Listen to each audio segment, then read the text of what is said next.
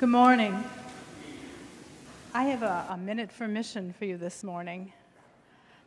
Wes Gramberg Michelson is Secretary General of the Reformed Church of America, and he tells us in the tradition of the church, the season of Lent was observed through prayer, fasting, and almsgiving. These 40 days were a period in one's life when we became more deeply centered on God, when one's desires were restrained, and when one's compassion for the poor was deepened. Reviving these ancient practices within today's context makes spiritual and practical sense.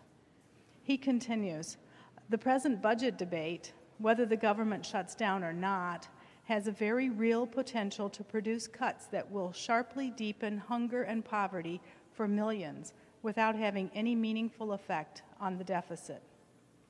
David Beckman, director of Bread for the World, tells us, all the programs that help hungry and poor people, if you include the programs that help poor people in our country or hungry people in other countries, it's still not a big part of the federal budget.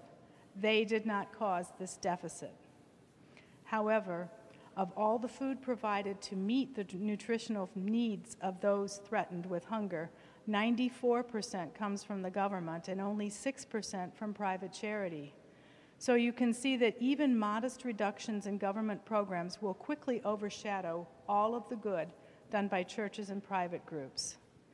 So for these reasons, Wes Gramberg Michelson, David Beckman, Jim Wallace, 25 members of Congress, and at least 30,000 other participants have decided to take action. They're joining in the hunger fast for a moral budget. They will pray in focused ways, forego a meal each day, or fast for 24 hours. It's very modest, but at least it will be a reminder every day of those whose hunger will become more severe through no fault or choice of their own, but by the decisions of those holding public office. Some of us here at 4th Street would like to make our Lenten prayer in the form of a fast. Randy Commissaris began his fast at midnight last night, and he'll pass the baton to me as I begin my fast at midnight tonight. We'll have no food for 24 hours, just enough water, coffee, tea, juice, or broth to keep our bodies functioning. We invite you to join us and pass the fast throughout the 4th Street community between now and Easter morning. We will have a sign-up sheet in the Great Hall during coffee hour.